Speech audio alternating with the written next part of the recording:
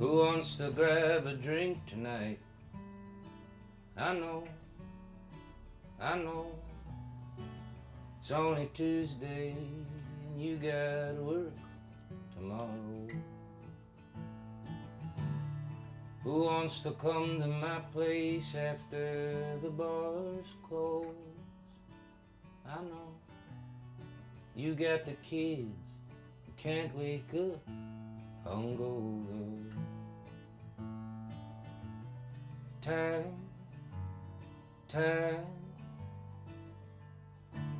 I had nothing but time, I had nothing but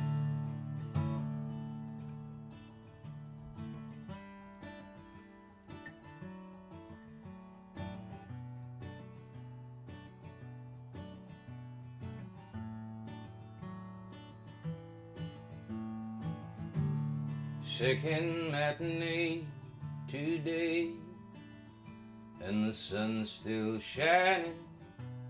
A park beneath some shade, and I might just get a nap in. Pop 2 Tylenol, I'll give Jeremy a call. And if he's busy, I'll probably just drive to Houston. Time,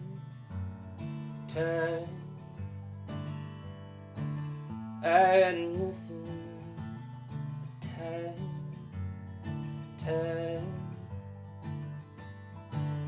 I had nothing but time,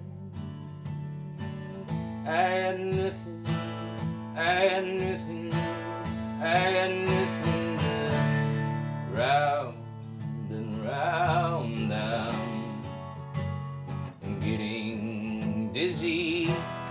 One more round, please. Let's keep this fuzzy.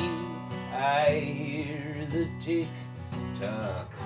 Can you tell me, is he trying to mock?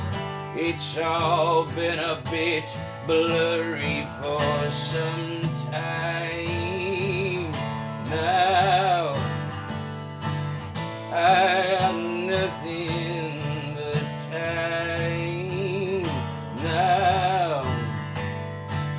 I have nothing but time. I have nothing but time. I have nothing but time. I had nothing but time. Oh, I had nothing, I had nothing, I had nothing, I got nothing but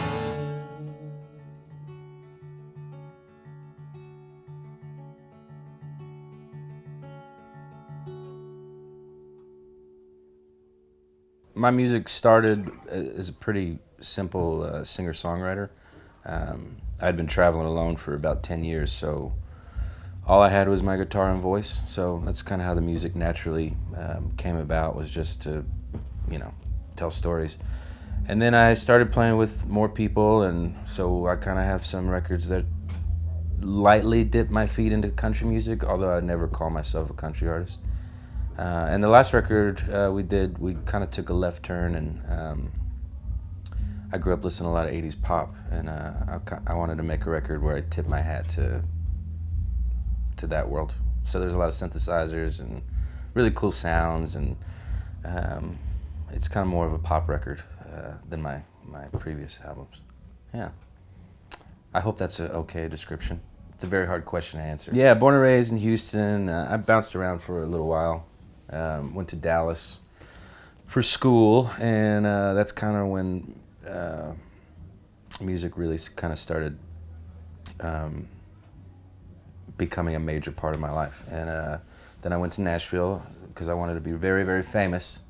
Because that's where you go when you want to be famous. You go to Nashville. You can't be famous anywhere else. You got to go to Nashville. And I didn't enjoy it. I like that city, but I didn't enjoy living there. So I came back to Texas and landed in Austin, and I've been there ever since. 10 years this year, which is a long time for me to be in a town. Yeah. I think the cool part about the music industry in Austin is that there is no music industry. There's not a strong label presence or management presence, or it's just, if you want to be in the music industry and you live in Austin, that's just kind of, it's not like Nashville or Los Angeles, and I think that's my favorite part about it. You can actually go to a bar and have conversations that don't revolve completely around the record that you're about to make, and I lived a little bit of my life where my entire identity was wrapped up in my career, and I didn't like the person I was.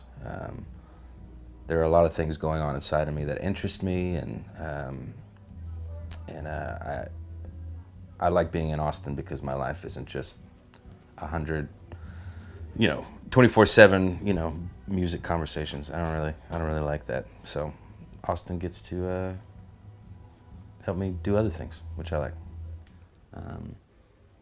I think it's just nice to, even when you don't have an answer, I think it's important to at least have a conversation, even if at the end of the conversation no one came to a solution, just the fact that we can sit down and talk about it, I think is important. So any songs that I have that lean towards a political tone, yeah, I'm not trying to state my opinion. I just kind of want to talk. First time, yeah. Tonight will be my first set out here. Yeah, I'm stoked. I mean, I got in yesterday, and festivals are all so different from one another. Every festival is so different, and a lot of them are kind of a bummer behind the scenes. And so when we showed up last night, I was like, oh, they have nice dinner? Okay, cool. Oh, they have whiskey? Okay, great. Yeah. And then a lot of my friends are out here playing as well from the States, so that's pretty fun.